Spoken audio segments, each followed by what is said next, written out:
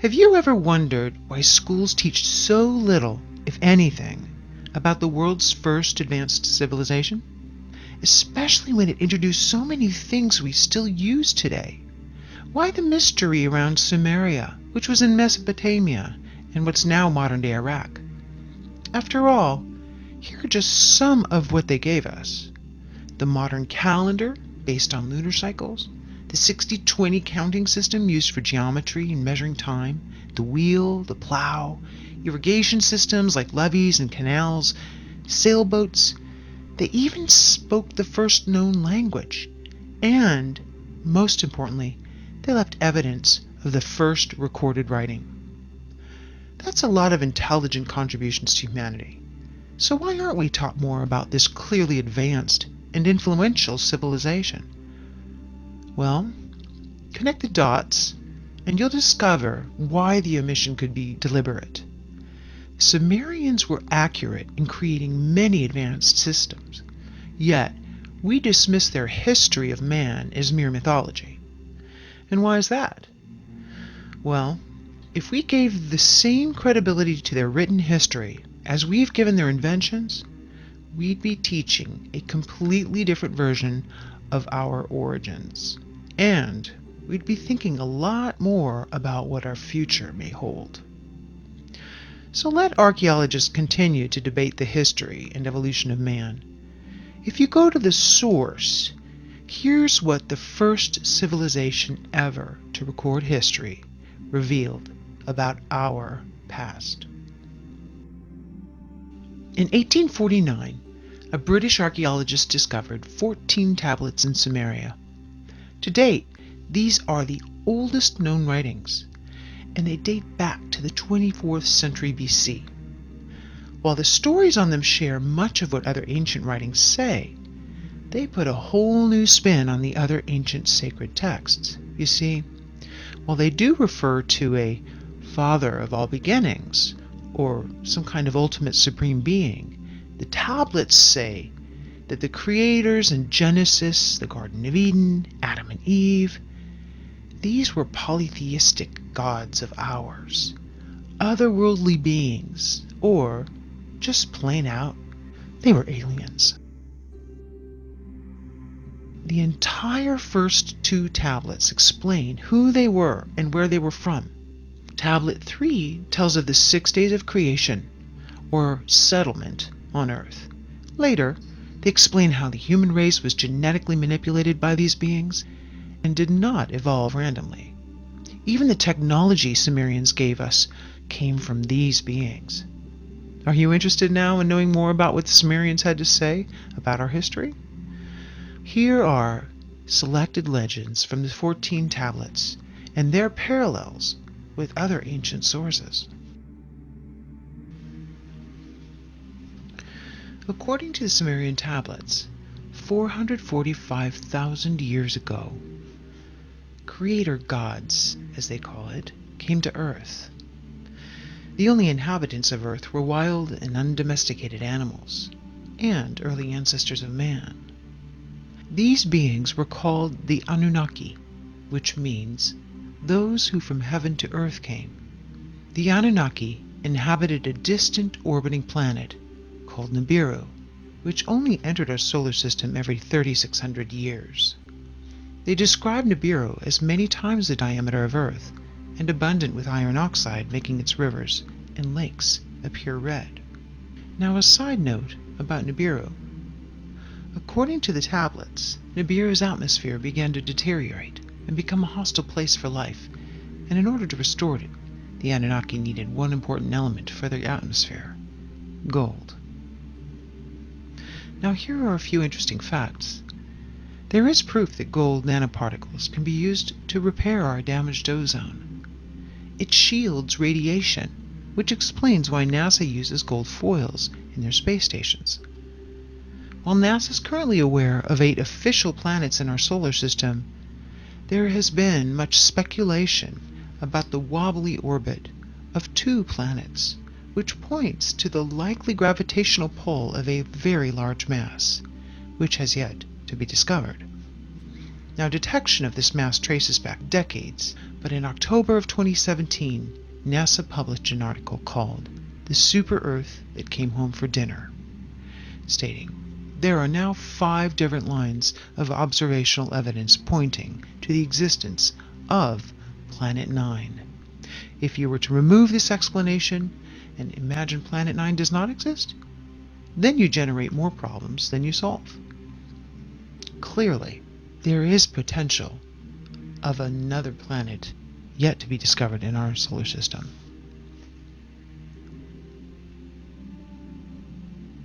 Now, when the Anunnaki arrived, they were capable of living lives that spanned hundreds of thousands of years. They created a mining settlement they called Eriduk, Earth Station 1, in the Persian Gulf, under a leader named Enki. The tablets convey, "After a kingship descended from heaven, it was in Eriduk." These visitors were not alone. They brought another extraterrestrial race with them. They were called the Ajiji, and they worked as their slaves. The Ajiji were considered inferior. They served the Anunnaki by mining gold. As civilizations grew, the Ajiji endured crushing labor. And these stories are consistent with Babylonian tablets from the 18th century BC. When the gods, manlike, bore the labor, carried the load, the gods' load was great, the toil grievous, the trouble excessive. The great Anunnaki made the Ajiji undertake the toil. After many centuries, the Ajiji rebelled, mistakenly believing they could overcome these oppressive masters. Their defeat almost completely annihilated their race, leaving the Anunnaki without a workforce. Unable to replace the Ajiji, Nibiru's ruler, Anu, ordered his son Enki to genetically engineer a new slave race, one that was intelligent enough to perform complex work but still be subservient to the Anunnaki. His experiments are recounted in detail in Atrahasis. Many unique creatures were created. Enki finally successfully met his goal, and the result? A genetic hybrid between Earth's caveman, Homo erectus, and the Anunnaki themselves. This hybrid we call Homo sapiens. The tablets called first men the Adamu. In Hebrew, Adam means man. The Anunnaki put the Homo sapiens to work in the mines and elsewhere in Mesopotamia. The Semitic word avad, or worship, literally means work for. Hence, early men had no choice but to worship their gods. According to the pictographs and texts, these Anunnaki, who we know lived many centuries, were giants compared to the Homo sapiens. Now, because their main purpose in life was to serve the Anunnaki, Homo sapiens were, in return, educated with social skills and academic affairs and technology. All this is abundantly clear in the tablets. The new human slaves were sterile, but as the demand for workforce increased, they were re-engineered so that they could reproduce. This later led to an overpopulation. So later, many humans were banished from the safety of their cities, giving rise to the story of the Garden of Eden and the story of banishment from paradise for procreating. As humans evolved to become more intelligent, some Anunnaki leaders bred with these humans. The children which resulted from these forbidden unions between races were called the Nephilim, or giants of old. Tablets say that these practices enraged Enlil, the Anu leader of that time, who was also the brother of Enki. Enlil wanted to ensure no human would ever rise to power and potentially rule Nibiru. Naturally, the interbreeding increased that risk, but it was beyond his control. Human populations increased over the following millennia, only to be met with a population control plan that nature had in store. During one of its 3,600-year cycles, Nibiru's orbit created havoc on the Sun and on Earth. Nibiru is also called the Destroyer in the Kolbrin, which is an ancient gospel found in Scotland that was omitted from biblical text, much like the Dead Sea Scrolls were. It reads, "Men forgot the days of the Destroyer. Only the wise know where it went, and that it shall return at the appointed time. The Destroyer, its color, bright and fierce and ever-changing, was an unstable appearance, a fierce body of flames." Though stating Nibiru usually passes without causing harm, the tablets describe one cataclysmic event which occurred when Nibiru neared Earth. It says, first, black spots appeared on the Sun's surface.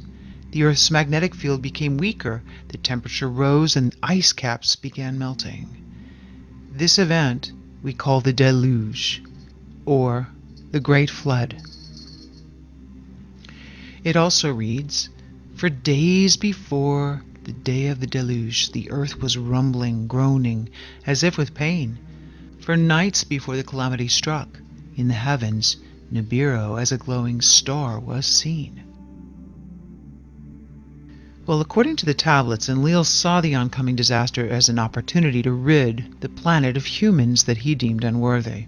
He returned to Nibiru, but many Anunnaki chose to stay, instead witnessing the flooding and the destruction on the planet from their celestial boats which circled the earth. It reads, "Then there was darkness in daytime, and at night the moon as though by a monster was swallowed. The earth began to shake by a force before unknown. It was agitated. In the glow of dawn, a black cloud arose from the horizon. The morning light turned to darkness. Then the sound of a rolling thunder boomed, and lightning lit the skies. On that day, on that unforgettable day, the deluge with a roar began." At that point, the South Pole's huge ice sheets collided and fell into the ocean. This would have created tsunamis everywhere, traveling north to the gold mines in Southeast Africa. The tidal wave continued north until it reached and submerged the city of Eden, one of the first Anunnaki settlements on Earth, now located somewhere at the bottom of today's Persian Gulf. Witnessing the cataclysm, Enki, who felt sympathy for his creations, instructed his chosen ones to build boats. Among these few humans was Zayasudra, we know as Noah, and his family. A great storm with heavy rains started. The tidal wave kept sweeping the earth for 7 days until it finally came to a halt. But the heavy rains continued for 40 more days and nights. The story of the deluge is recorded in almost every civilization on our planet. Core ice samples taken from Greenland and Antarctica illustrate that at the height of the last ice age, the sea levels were 425 feet lower than they are today. And, more importantly, there is a clear indication of a rapid sea rise. After the deluge, reconstruction of a new spaceport began. The text describes how the Anunnaki made their buildings according to the position of the stars. It reads, let the heart of the plain, the heavens, reflect. Once Enki to this agreed, and Leal from the skies of distances took measures. Indeed, the pyramids, now questioned to be much older than originally determined, and many other ancient monuments are, in fact, aligned to the stars.